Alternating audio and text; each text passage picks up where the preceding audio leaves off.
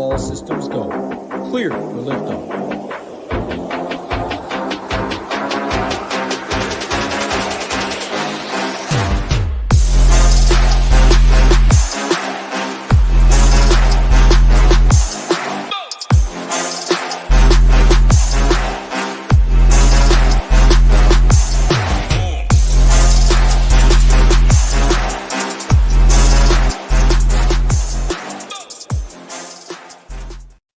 What's up, everyone? Tyler Tamboline here, aka ToeTagginTambo, back for another edition of the First Look Show here on the SHIPIT Nation YouTube station. Hit that like on the way in, the thumbs up button that you're looking for there, the subscribe button if you haven't subscribed already. And we're going to talk all things Week 8 First Look. We'll go game by game. We'll bring up the skeleton of the stone over at SHIPIT Nation. And got my guy, the big guy, Degenerate75 here with me as always. Big guy, what's going on, man? How you doing?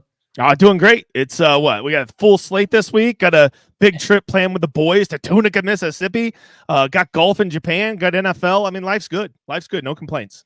NBA back today too. Lots of good stuff going on. So NBA. What's never heard of it. Sounds right? interesting. Yeah. We'll get through the housekeeping here first. If you guys can do us a favor, like I say, if you're just joining us, smash the like, subscribe to the channel. Make sure you're in on that. We'll pull up the housekeeping stuff first, get it out of the way, and then we'll review some of the stuff from last week as well. But just to note, if you want to get in right now, now is the time. You don't even need a code. You just go to the site. The monthly all access is $85. To DGen's point, NFL, which we're going through, Showdown, and the main slates, college football, full blow, everything we're doing with that. PGA, Zozo Championship this week, full coverage, including Showdown. NBA is back today. We cover Showdown, and we've got the stone for the main slate into the mix. NHL is back, MMA, NASCAR, and baseball playoffs still going on with the World Series Showdown coverage. So all 8 sports in effect right now and good to roll. Check that stuff out there. Let's look at the Lister League winner, though, from last week. Let's do the quick recap and start there. And it was Donnie Draper from the Discord. Oh, he got the job done here. Our Deg K15, and this was the lineup. I'll let you run through it here. I mean, I had a lineup this week where I'm like this is one of those weeks where I'm like, I won at NFL DFS. Like you don't even feel like you're doing that well, and you look at the end of the day and you have 3 extra money. And I actually had a lineup very similar to his. I did a skinny Geno stack with a Bijan run back. I had Aaron Jones as my leverage in that Detroit-Minnesota game, and I love Njoku. He had some better pieces elsewhere, but I was actually very similar to a build like this. So, I was feeling this build quite a bit just because I think a lot of people wanted to get into some other shootout games, and I just kind of decided that the Seattle-Atlanta game was where I wanted to kind of plant my flag. So, I honestly think it's a good lineup because I did well with a similar build. Yeah, I loved the 2 tight end builds last week too. Like you had Njoku was a wide receiver 1, basically. I know that they had Elijah Moore, and some people use that combination too, and other guys also. But just to say it, like that was the thing where people were, I don't think they were used to it. So I know some people were turning it off and optimizers and stuff. We already reviewed it, but you could just use him and plug him in. And then you had guys like Bowers, Kittle, Kelsey, all the, Parkinson, and people were playing everybody, but there was a lot of tight ends in the mix last week with no real value plays. So did a good job running the balanced build here. And also the other thing was, even like defense versus tight end, that's fine. But it was a tough week. 185 points won the Millie Maker. That's just a challenging thing. We were talking pre-show about college football. You just never see anything like that. So, one of those things. But if you guys want to get in on this tournament, the best tournament out there right now, it's called The Big Guy by SHIPIT Nation. It is completely rake-free. You can go over to my X account here on the right at ToeTagginTambo.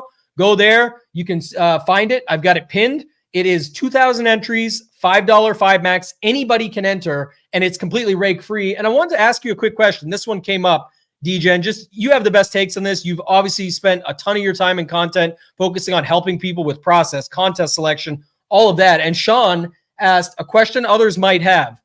If you're trying to be sustainable in managing your bankroll, should a rake-free contest like this be part of your play, even though you can't max enter it? Like if you can only throw in one for $5, is that still better because you're giving it up with the rake, or how do you feel about that?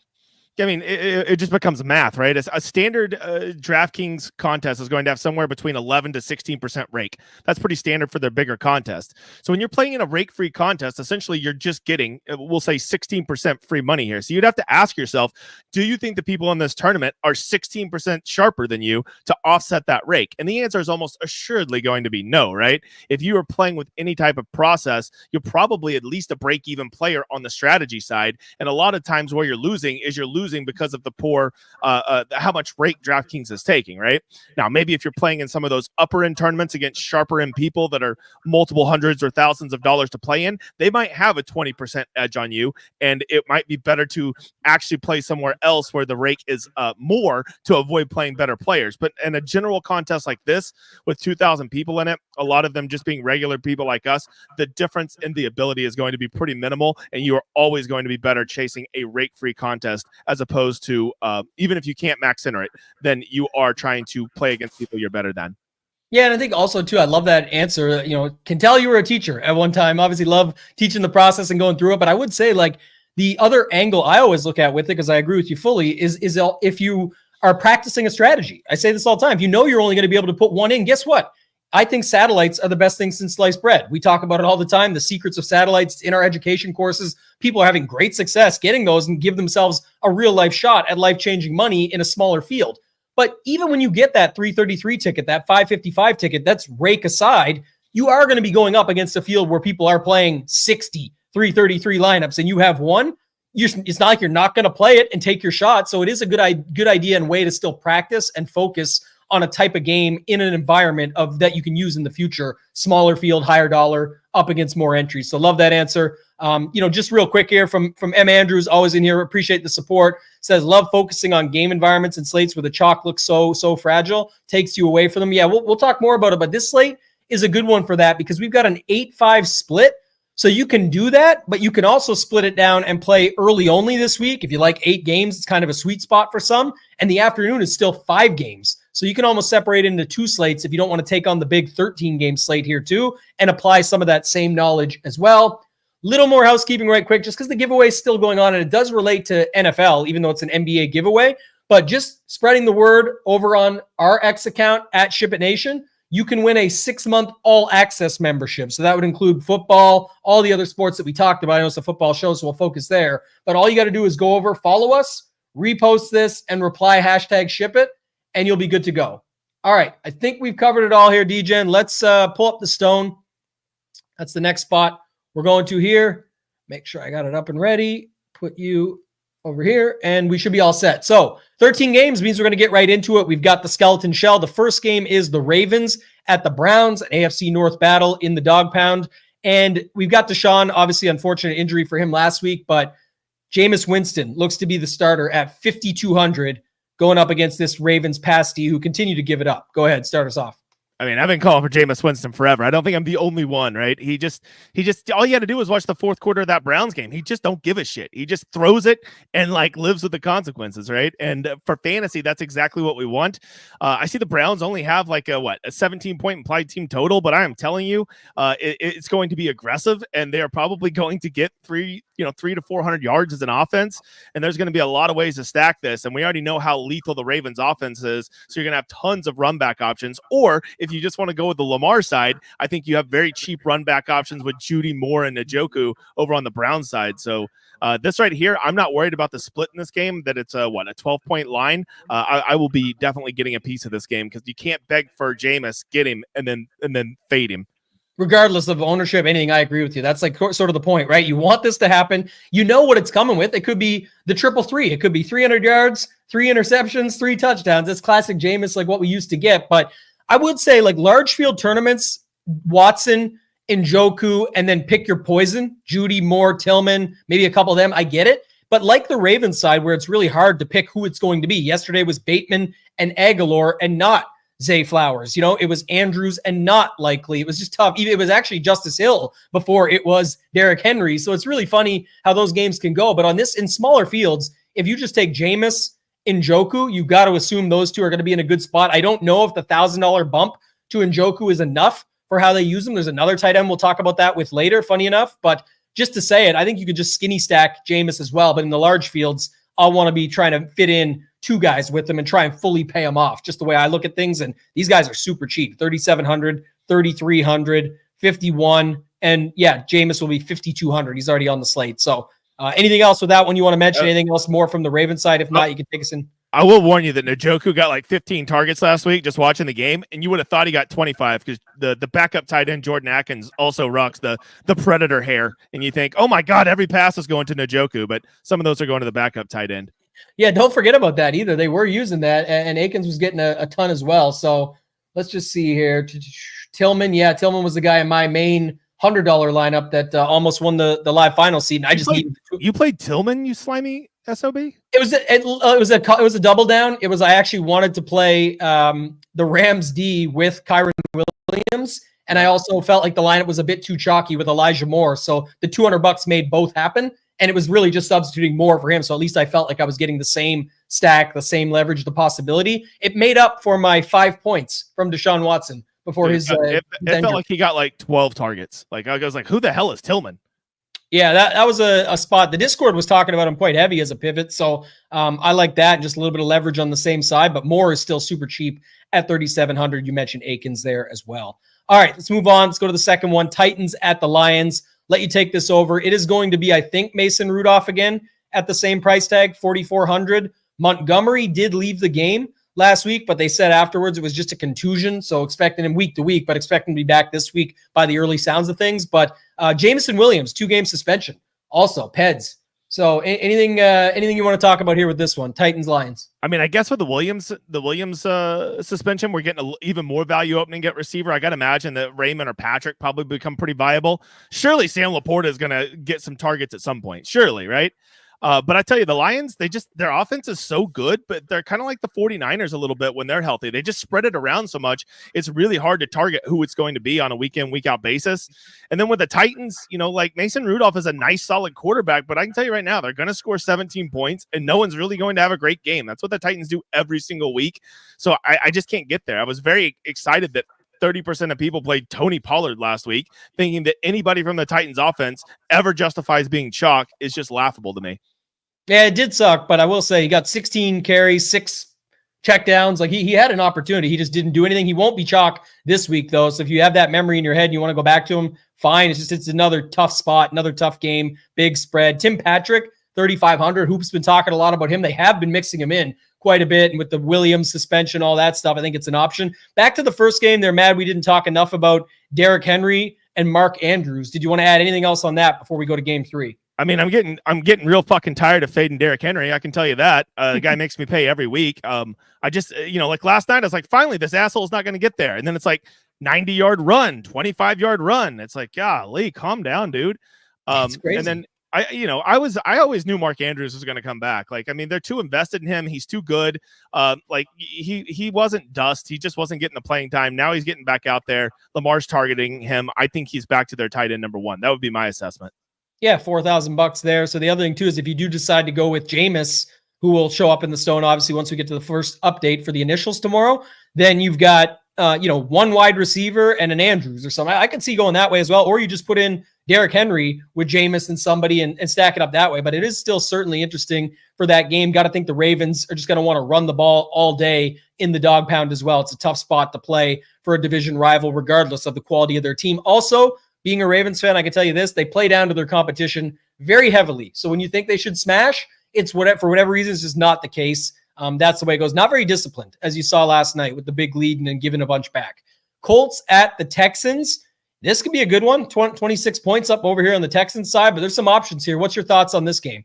First of all, Texans at home are just a different team. Like, I love Texans when they're at home in the Dome in Houston. Nico's still out. Tank Dell coming off 0 catches this last week. You best believe I'm going to go back there. CJ Stroud back to that Best Buy pricing at 6,900. The Colts don't play a lick of defense. Really, I'm just worried about, like, is Joe Mixon going to continue to pilfer everything in this Texans offense? I think he's getting a little overpriced, 7,700. So to me, that makes a CJ Stroud stack pretty appealing here, but I don't know who I would love as a Colts run back. I just can't trust any of their wide receivers with slapdick Anthony Richardson at quarterback. Yeah, and I don't know if you have to run it back because it is tricky to pick it out from that side. Like Goodson was getting a bunch of the work last week. Sorry. It's really hard with these receivers to pick it. So I'd be fine here, even though it's a closer spread. It's only 6 points.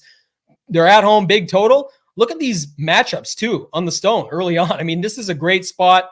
Hopefully people think Mixon is a little overpriced. I don't mind him, but I like your Best Buy pricing call on Stroud. Definitely going back to the well on Tank Dell. There you go. That's the good one for the starter here. But I would say he dropped 2 touchdowns, or he at least dropped 1 and then could have had another one and he didn't get either of them. So no catches, no points, no nothing. You get nothing. on him for the week. Dalton Schultz was started out strong, did not finish well after that, but he's in the mix as well here, I think, at 4,100 if you're looking for a bit of value at tight end. So don't need to run it back in my eyes. Definitely like the Texans side. That'd be my takeaway there. Great matchup. And this is another one we talked about last week, just for people reading this. I guess I'll hit on it now and they can see it the rest of the way. Really good pace with the Texans. Not great with Indy, but here's the thing. If Indy sucks and the pace gets moving, then the pace is going to just happen. So or if they do show up, it's going to get even better. So this is one that can pick up the pace really quick and we can start to see those totals get up there. So I like that game for fantasy purposes early on in the week. I think the Texans get 4 touchdowns. It's just the question is how many of those are going to be Stroud versus how many is going to be Mixon. Yeah, this is another good point, right? Like you said, your Derrick Henry stuff, it's like Mixon. They just, with no Nico, maybe that's what it is. I don't know. It's just all that happens is it seems like it's Mixon. Same with the Ravens with Henry. So Packers at the Jags, next game up here. Jags finally got something rolling for them last week in London. After the first week, they got crushed. But back to the Jags here. What are you thinking with this one? Packers, big team total. I like the price on the Jags, right? I Trevor Lawrence at 5,600, 23-point team total. The Packers are going to push them. The Packers they spread the ball around so much, it's going to be difficult to find a run back. But I don't know that you need one. I think you could just go run Trevor and two of his pass catching options, and then just hope the Packers, push the pace by spreading it around and throwing a touchdown to 3 different guys or something. And I got to tell you, this might be an early only, late only week for me because I'm already seeing so many stacks I like. It's going to be really tough to narrow this down to the 2 that I typically like to do. I agree. And that's the interesting part here is because you get another really good spot here for these passing games. It's really tricky to pick the Packers side. Someone just said it in the chat right away, was Packers wide receivers. Good luck. And it is tough, right? They're all seemingly in the mix, and you can take a stand. If you do want to go with Jordan Love, Tucker Kraft looks phenomenal, 4,600. He's been great. If you want to stack it up, Love with 2 guys, you just have to know it's almost a mini Patrick Mahomes scenario of the past where he's just way better at scoring fantasy points right now, but it's hard to pick up who you're going to have to dedicate a lot of lineups towards him to get the stacks that you want and hope to get him right. And some are going to die and some will live on and you'll have to see. But Brian Thomas Jr., the chat mentioned, this price is 6,400 is very fair for what he's been doing. I mean, that is legit. Some can say what they want about him, but this has been an awesome start for this guy. And at 6,400, definitely could see him getting into the mix. That would help. Is Ingram back this week? Let me look it up. I don't know what I know he's been trending towards getting back. To me, that makes their offense even more deadly. I think that probably hurts Gabe Davis. And then limited with hamstring injury again. I don't see anything on him right now, so we'll have to wait and see. But that offense, like I said, I definitely think has fine pricing for what this could be, and for Love's side to go, it's going to take Trevor Lawrence and co getting involved in the game to start things off to make it go that way typically. So I got no problem going to either side of this game. Morse just said Ingram was back last week. I don't know if that's true. I didn't watch the London game. Okay. Yeah, we played him in Showdown. I thought you meant because it said something about his hamstring after it said underwhelming yardage and win. It was the hamstring comment was below that. So yeah, you're good. I guess I just meant, is he back to 100%? Is he out there running all of his? Yeah, he was there. He was in London for sure against the Pats or against the New England Patriots. So we can move on. Let's go to the Cardinals at the Dolphins. And speaking of being back, this is a possibility. So Tua could be back this week. I think he's priced at 6,200. Let me double check here. 6,100 on this slate. So if Tua comes back, any interest in this spot? I mean, it's a good matchup. I know that the Chargers didn't make it look good last night, but that's the Chargers. This would, seemingly bring a spark back to Tyreek Hill, Jalen Waddle, Jonnu Smith, all those guys. Any thoughts here on this one? I mean, you can just tell that Tua is going to be back based on Vegas giving them a 25-point implied team total, right? If he's back and they're not going to be popular, Dolphins at home versus the Cardinals, I'm in. Once again, I just feel like I'm in on all these stacks right now. But this would probably be my favorite if it's going to be under-owned. But surely people will know that, Tua coming back, he hasn't had symptoms for a while. I think he's going to be fine. You're not going to see any decline in his play. And then, Tyreek Hill and Jalen Waddle are just due for monsters, right? So them at home, probably against the Cardinals, is probably my favorite matchup I've seen so far. Yeah, this is the thing. And our guy Kenny W is in the chat. This is the stack, Tambo. He says, Philly says, please Tua, save Hill. Everyone's looking to make this thing happen. So we'll have to wait and see. But 6,100 and 7K for just the Tyreek and Tua stack would be pretty cheap for that combination. What about the card side? Any love there? I mean, this is Friday no, I think it's Saturday. The new game comes out for Kyler. So is Kyler going to be busy? I thought he was faking an injury last night to be able to get the first week off for the game drop in COD, but he's got the game coming out on Friday. Anything on this Cardinals side you love? I've really cooled on the Cardinals offense. You know, that first week or two, they showed a little bit of cock tease, but ever since they're just mediocre, man. I think they'll do enough to keep the Dolphins interested. This just feels like a 31-14 type game to me.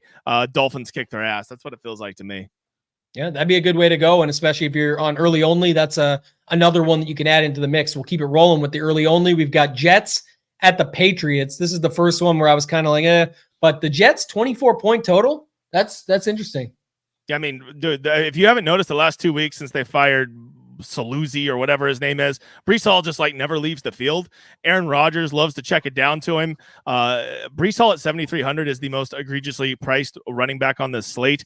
He seems like a shoe-in for 20 points every week right now, just based on it. Then you factor in that they're going to be 7-point favorites against the Patriots.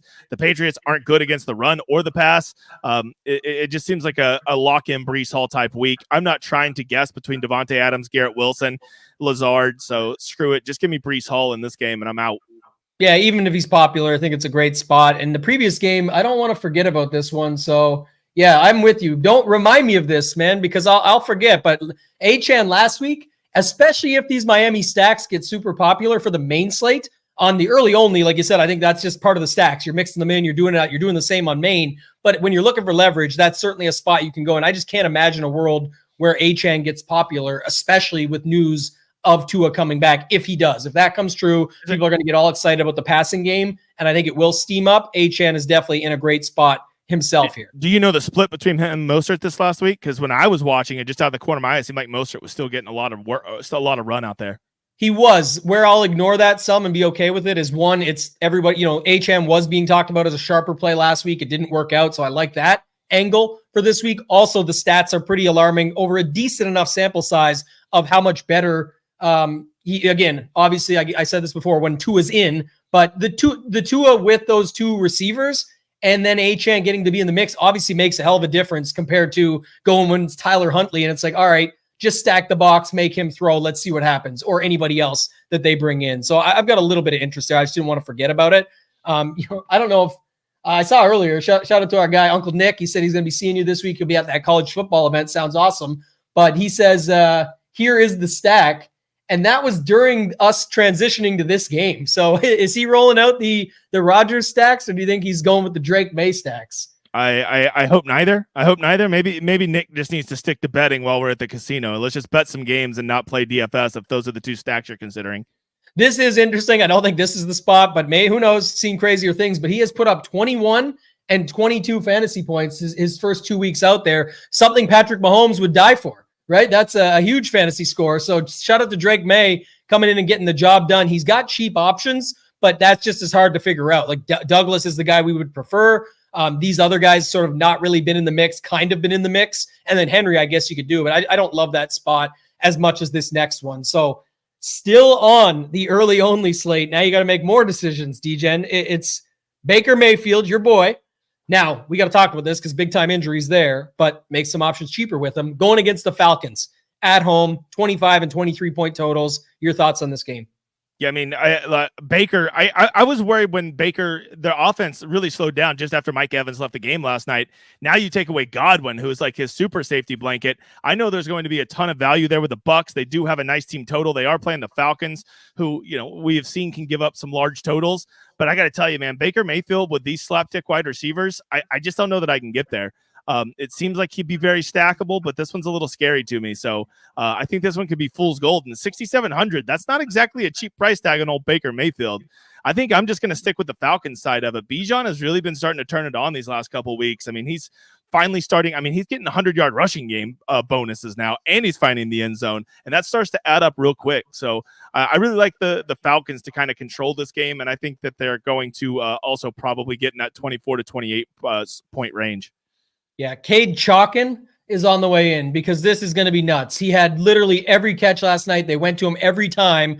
you can that kind of cuts into Baker's price, because I agree with you. I think 6,700 is pushing it, but I think this has to at least get somewhat popular just because the Otton ownership has to go through the roof here. If people aren't comfortable picking between Shepard, McMillan, and I'm guessing Trey Palmer is what we're going to be deciding between, they're just going to go to Otton and make it simple. So one-offs, secondary stacks, within your Kirk Cousins stacks, within your Baker stacks, anything you want to add on this Atlanta side here, just because I tend to agree on the Bucs side with you, but anything else you got to add on the Atlanta side there? Yeah, I mean, I don't know. There's just too many good tight ends right now to really consider Kyle Pitts, but he does seem like he's slowly coming to life. And I think Drake London's always somebody that's viable when he's in that right at that $7,000 range.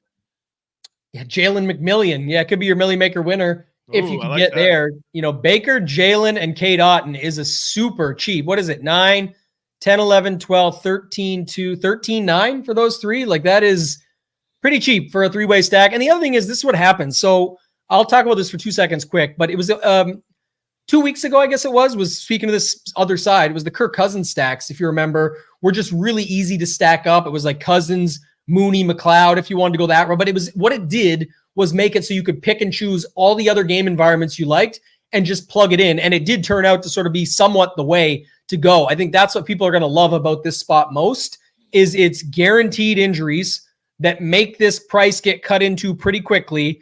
Can single stack with Otton or double stack if you want to take your choice of one of these other guys. And then it's up to you if you want to go to the other side or not. But like Drake London, 72, I could see being popular, and you're done. And you could fit anything else you want in there. You could fit the running backs and all that. So we'll see how it goes, but I'd imagine the steam is going to go through the roof on this one. We'll note quickly, can run all over the Falcons, but last night was nuts. Like we said, it's going to be tough on the show. We said to pick through Bucky Irving, Rashad White, Sean Tucker. They did not lie. The coaching staff said we're going to mix all three of them in. They did. It was Bucky. It was Rashad White who had the biggest day, but Tucker was still out there. And it seems like they're just going to continue to do that as well. That could really mess some things up for the entire slate, not just these stacks, but also trying to figure that out and allotting some of your portfolio to try and pick which running back it is. Because who's to say it's Rashad White, or was he just the lucky guy that got, lucky over Bucky to be able to get the extra one last night? Otherwise, Bucky himself had a pretty good game. So interesting take for, how this week goes. We'll have to see as the week shakes out. But let's go to the last morning game, and it's the Philadelphia Eagles at the Bengals. Jalen Hurts, Joe Burrow, on paper, should be awesome. Big totals, could be fireworks. But what's your thoughts on this game? Yeah, I still like the Eagles offense. Jalen Hurts seems like he should always be good. And even rushing 2 touchdowns in last week, he still just had 20, 22 points, something like that. It's crazy how their offense just isn't producing the top end results you would expect. So yet they're all priced up, right? AJ Brown, Saquon Barkley, Jalen Hurts. It's not like any of them are a bargain. Hell, even Devonta's 6,600. So if anything, I would like the Bengals in this. The Bengals at home, sometimes when they get pushed, as we've seen, Joe Burrow can go off. So I'd probably be more interested in the Bengals side of this, but at some point I'm going to have to make a stand and not choose every freaking game. So this might be one of those ones where there's just too many pricey guys. Maybe I come in here and just grab a one-off or a correlation piece, but I can't see building my stacks around this game with all the other ones we've already talked about. Yeah. Let me talk on this one. I'll go back to the other one too. I want to see one more thing, but like this, easy to go back to, but that's the thing. Target tree, easy. Stackable. Easy, but it's the pricing's up there now. Like Burrow's up to 7K now. Chase is getting up, pushing 9K at 8,500. Once you go Chase at 85, I'm going Burrow. Like I want that set up there because that's how I think it gets there. If you're going Hurts, it's with like an AJ Brown or something like that. You have to look at it. So it is tricky. There's just so many other spots. And what I wonder is, again, we'll have to see how we have more than enough value to make it work, but we'll have to see how the field goes, because if everybody's going with those mid-range stacks, going back to that previous game, then something like this does get you a naturally different construction. You know exactly how you do it, whether it works out or not. You don't feel bad about it because some lineups are always going to go, out to the pasture. And that's kind of the setup here is if they die, they die. But if they hit, you've got Jamar Chase and Burrow going for a big game or something like that. So I certainly think that is a possibility. Also, all the good comments today from Mark Andrews, our guy. It's actually not Mark, but I'm going to call him that because Mandrews was crushing it last night.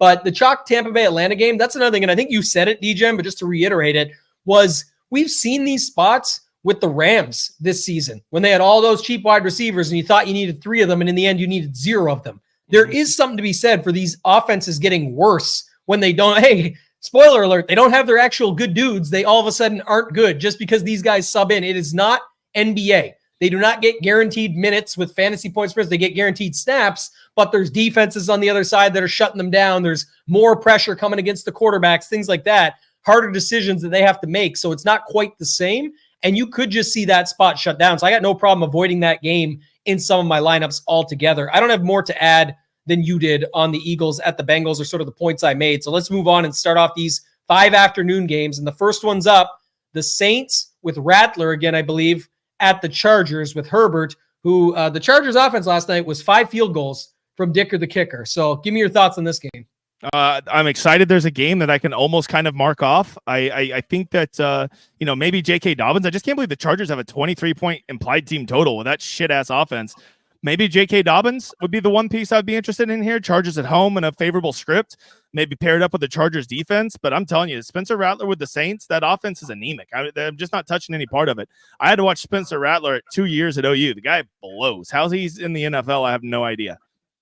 Yeah, I'd definitely be with you. I'll go back to the well on J.K. Dobbins. Hurt a lot of people's feelings last night. He had plenty of opportunities as well, just kept running into the wall, and that's the way it goes sometimes. But Dobbins at 6,900, he's got his own best buy pricing, still a good spot for him. The backfield sort of his. Did not see Kamani Vidal as much last night as we thought. He was out there, but I'm saying just expected him on a smaller slate. Ended up being Justice Hill as the leverage option, but you could, again, Henry ended up crushing anyway. So in that spot, McConkey started really slow. I called him, I used your term. It was McDonkey Chalk was the guy last night, but he ended up getting a few catches down the stretch and did end up on the 333 winner, at least. I'm not sure if he made the $20, the big winner, but he was on the 200K winning lineup just based on how many people owned him. And that was the setup there. Simi was getting some catches last night. 6'4", big boy, runs a 4.36, 4.46 or something. I think it was a 4.46. He was out there getting some touches. Dissily, another guy, just getting a ton of catches last night and was just seemed like they were going to him nonstop. He could be a $500 cheaper Cade Otton on this slate if you want to get after it that way. This pasty, can get got. But anything on the Saints side you wanted to add to, just with Shaheed obviously out for the season, Olave week to week with the concussion, anything else there you have? No, and Kamara seems disinterested and pissed off ever since old Spencer took over, so I can't even really consider him. Yeah, not a lot there unless let's see, anything else that comes up. I mean, solid picks. You're in here all day talking like we seen yesterday. The DFS is a different game, my friend, than sports betting. The guy was like 93% owned in a lot of tournaments. You can fade him, and it worked, but it's only 7% of the field was fading him. He was 93% owned, 82 in the big lottery. Like you can fade him for sure. It's just he was one carry away from getting there. Nothing was really crazy needed beyond Henry, and Connor ended up getting it late instead of Dobbins. They both had the same chance. So it's not really how the game works. You still got to fill it out completely. And we've got a pretty good track record with figuring it out. So appreciate the feedback. Bills at the Seahawks. Let's roll with this one up next. Geno stack. We saw our guy with Donnie Draper there, but DK Metcalf, we got to wait and see, right? He's week to week as well. He went out of that game. So JSN could be the guy here. Bobo, 3,300. Maybe he gets in the mix. Fant was more involved. I definitely still like this spot, but I think people choose to go with Kenneth Walker III here first. What's your thought on Bills at Seahawks? I mean, if I'm looking to play against the Bills, I'm probably wanting to attack their pass defense more than their rush defense. So I would probably like Geno stacks, especially now that we're going to have a more probably concentrated tree, right? I imagine Lockett, JSN, and Bobo Fant, those four will probably eat up all that usage that's going to be left behind by Metcalf, who I can't imagine is going to play this week. When they say week to week, like they hardly ever play the next week. And then the Bills, I actually think the Bills, their offense looked a lot more aggressive this last week, just having Amari Cooper. They didn't even use him that much, but it just seemed like it kind of opened up everybody else. So the worst thing is I see that it looks like everybody kind of got priced up. Keon Coleman's priced up. Shakir's priced up. So it's like I don't really know that I want to play a Josh Allen stack, but I am interested in the Bills pushing the pace of this game and forcing Geno to have to throw 45 times, which isn't that bad because Geno, I mean, just did pretty well. I mean, we just saw he won our league this week, so why not another Geno stack? Yeah, I want to know too, real quick. I know Ray Davis got in the box. Everyone was super excited about that later in that game, but it's really hard. This other side is hard to pick from, so I don't think you need a stack. I don't think you need to run it back. Early thoughts. I do have interest though in the Seahawks. Just a simple Geno JSN or a Geno JSN Fant. I would be more than fine with that and just leaving the Bills side alone. there's guys priced in these ranges at running back. We just talked about J.K. Dobbins, 6,900. You don't have to run it back if you feel fine about playing that guy at 6,900. So it's the same. I'm good with that. There's other receivers that you can use in those other games. So I do think this stack is somewhat interesting. You wanted to go someone in here, it's tough, but maybe one of those wide receivers. But I do want to go back to this for 2 seconds. I don't watch a lot of college football, as you know. Nick says, I've been arguing with people in NOLA who hate Carr and think Radler is great. Never watched college football, I guess. What's the Radler take? Because people were talking this guy up like he's so good. Did not look good the last game I watched. But your thoughts? He got ran off at OU, and then he landed at South Carolina. He sucked at South Carolina, and then somehow he got drafted. And the Saints can't find a second quarterback better than Spencer Rattler anywhere in the United States of America is laughable. Dude's just not good. Yeah, that's the weird part. The Discords, the X conversation, the fantasy sports world is all talking about like it was the next great thing, that it wasn't going to be that bad for them. It did not look good at all for those Saints. So that is interesting. But let's move on. Let's go to the Bears at the Commanders. And Jaden Daniels left the game early last week, hurt a lot of feelings as the highest owned quarterback. He seemingly was okay. His mom put out on X that he was fine. He came back out. They're up 27-0 at the half. So yes, good for the day. Says he's all good. He's wearing his sweats out on the field, but we knew he just wasn't coming back at that point. That's fine. But now today there was an update this morning that he's going to be week to week and his status is in question for this week now. So what's your thoughts on that? And then anything else with this Bears Commanders game?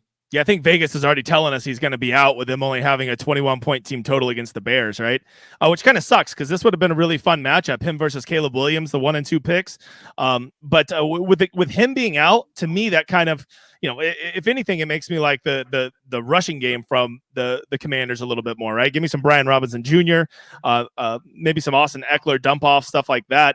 I also think that it kind of kills the chance of this being much of a shootout game. So like what could have been a nice little game to stack up that I don't think many people would have considered stacking up, I now lose a lot of interest in because I just don't think that, the Commanders are going to be able to get in a shootout game without Jaden Daniels. Yeah, very early in the week, if I was considering anything, it would probably be the Caleb side, but I don't have a lot of interest in this game at all. Just early look. There's so many games on the slate already. Trying to, pick this as one of my spots. Not something I'm super high on right now. So we'll see how the week shakes out, but no real interest at this time. So we can move on. Let's go to the second last game of the slate that we're covering. The 13 games is the Panthers at the Broncos. And what's going on, man? Broncos, 8-point home favorites, 26-point team total, $5,600 Bo Nix. Your thoughts on this game? I mean, the Broncos look great against the Saints, and I think the Panthers are finally done being that team we wanted them to be, right? The one that gives up 40 points every week, but still scores like 20 to keep the other team kind of playing. And now they're just like, fuck it, we'll just score 7 and let the other team score 40. And if that's going to be the case, like that kind of kills all the upside of the Panthers, right? Like the nice thing about the Panthers is they would push it and that it was going to be Chuba Hubbard or Deontay Johnson doing it for you. Now we don't even have that little Care Bear blanket to fall back on. So the Broncos, I mean, with Bo Nix at only 5,600, Cortland Sutton at only 5,300. If you want to try to pick somebody, you can. But I think the more interesting piece here is Javonte Williams. The Broncos are really starting to lean on him. It seems like he's taking over that backfield. He's getting the goal line carries. I think that a touchdown and a 100-yard rushing game at home against the Panthers is not something that would be that crazy to happen this week. Yeah, I like that call quite a bit. I've been playing him weekly anyway, so this is just another good spot. And if somehow the Knicks stuff gets talked up a little bit just because the big team total and whatnot. Now, if it's the opposite, if Williams ends up being super popular, which I just don't see early on at least, I see some other guys up there. I do see people still liking Chuba Hubbard, and he's the most interesting case. I looked like last week they were down huge, and he's been getting 4 to 6 targets weekly. He got 0 targets last week, but instead 17 carries on the ground. To me, you use that guy as sort of a check down option, someone that you could run out. Like you could see him get in the mix that way, but he did not. That was not the case last week. So, him, Deontay Johnson, that sort of stuff. Sanders has been in the mix with some of the injury stuff they've had going on there, but I think it's definitely on the Broncos side. And I would like to go to maybe the pay up Broncos with Javonte Williams, something like that, and just get after it that way, because certainly don't think they're the real deal as much as I think it's just a good spot and they're getting the matchup dream that they're looking for. So I'd be fine with that. Anything else you want to talk about with that game? If not, you could take us into the last one, a division game, Chiefs at the Raiders. I mean, I just don't ever play the Chiefs. I mean, actually, I played Kareem Hunt this last week, and that worked out pretty well. He was a nice little afternoon addition to go in and get into that 49ers Chiefs game, and like get a good piece of it and not be over invested in that game.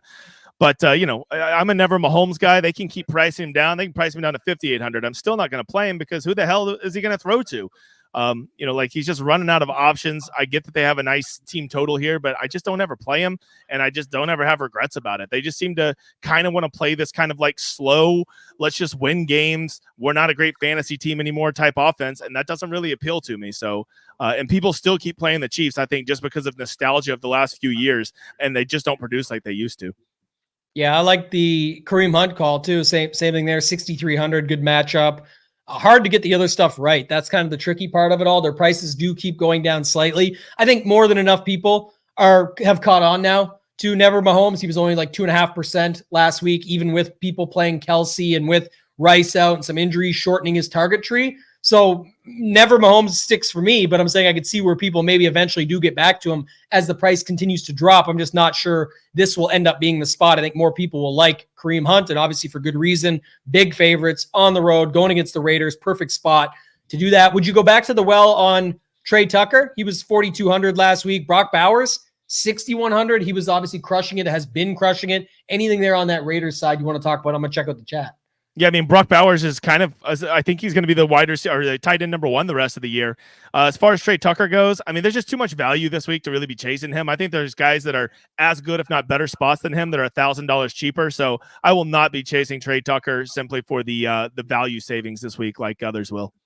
Yeah, and I like that call too. Again, we'll see how the other news goes with their other wide receiver, but I will say, like, that's the thing. It's slate dependent. We talk about it all the time. Same reason we were talking about earlier in the chat. It's like this, every slate is different and brings different things. Last week, the reason the 2 tight end thing was such a big deal and it worked out many places was because your values were Juju Smith-Schuster, Trey Tucker, and like more tight ends, Colby Parkinson and Grant Calcaterra. Like you had nothing to work with. This week, quite the opposite. You have a ton to work with. You have mid-priced running backs. You have cheap quarterbacks in good spots. You have a lot more that you can do here. So I definitely can see that.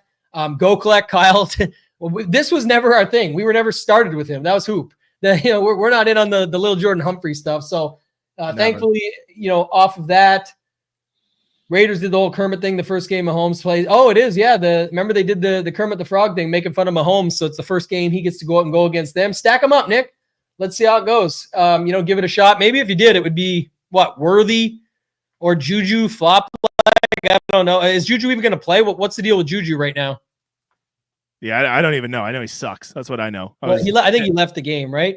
Yeah. So he got 0 points as opposed to like 1.2. He's already been announced out too. Yeah, he's out this week due to the hamstring injury versus the Raiders. So from last week going up against the Raiders this week. So yeah, there's even more spots opening up there. So there you go. Maybe it's Patrick Mahomes week. I won't be paying to find out, but I'll let you guys. And I don't have much else. The late game is the Cowboys 49ers. Not sure if you had a quick take on that one, but we've covered the 13 games. Anything else you want to talk about before we get out of here?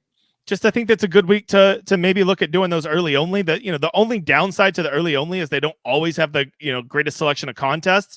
But I know that the afternoon only typically has some nice contests, and I think it's a good week to, if you're not going to be able to want to sit there and be a late swap bro, maybe go do your lineups for the early games and then check in around 2 hours later, do your ones for the late games. And I think that it could be an interesting way to play, and you don't have to watch your lineups in the afternoon moonwalk. If you did have a really good morning, you just get all that money from the early only slate. So it might be tough for me because I'm sure I will be at a Tunica, Mississippi sports book trying to keep up with all this. And I don't know how well the Wi-Fi will be in there, but I'll be trying to do a little bit of both.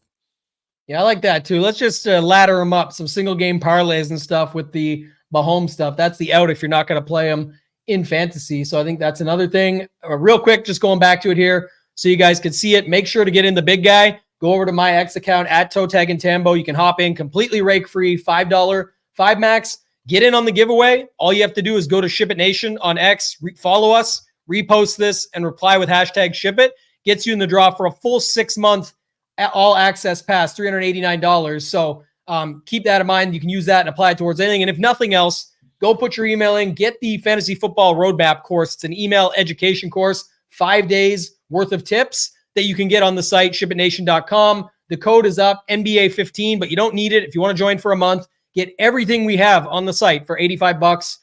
$2 and change per day is basically what you're paying. Get into the Discord, get all these tools and more that we've been going through. The $85 does include the optimizer for everything. So all that and more. Thank you guys for watching. We'll be back next week, same time, same place. Have fun this weekend. Appreciate it. For DGen, for myself, ToeTagginTambo. Let's ship it.